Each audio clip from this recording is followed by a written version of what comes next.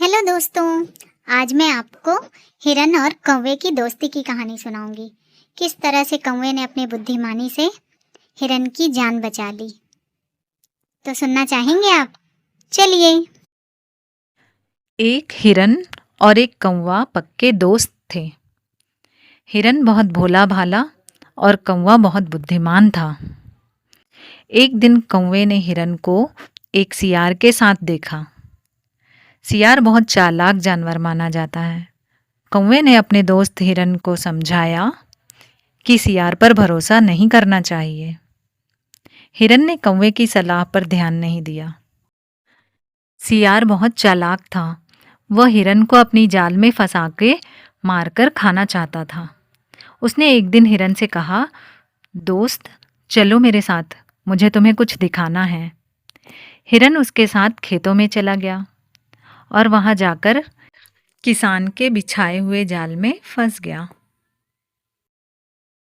हिरन घबराकर जोर जोर से चिल्लाने लगा, मुझे कोई बचाओ, मुझे कोई बचाओ, इस सियार ने मुझे धोखा दिया है, कोई मुझे यहाँ से निकालो।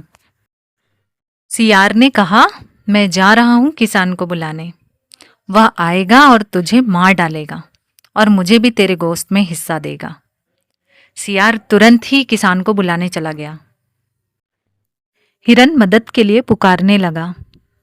तभी कौवे को अपने दोस्त की आवाज़ सुनाई दी और वह तुरंत ही उसकी सहायता के लिए पहुंच गया। उसने हिरन को समझाया कि वह ऐसे लेट जाए जैसे वह सचमुच ही मर गया है। हिरन ने बिल्कुल वैसा ही किया जैसे कौवे ने उसे कहा था। थोड़ी ही देर में सियार की बात सुनकर किसान वहां आ पहुंचा। उसने देखा हिरन तो यहाँ मरा पड़ा है। उसने जाल खोल दिया और हिरन को मौका मिल गया और हिरन तुरंत ही वहां से भाग निकला। किसान को बहुत गुस्सा आया और उसने सियार की बहुत पिटाई करी और उसे वहां से भगा दिया।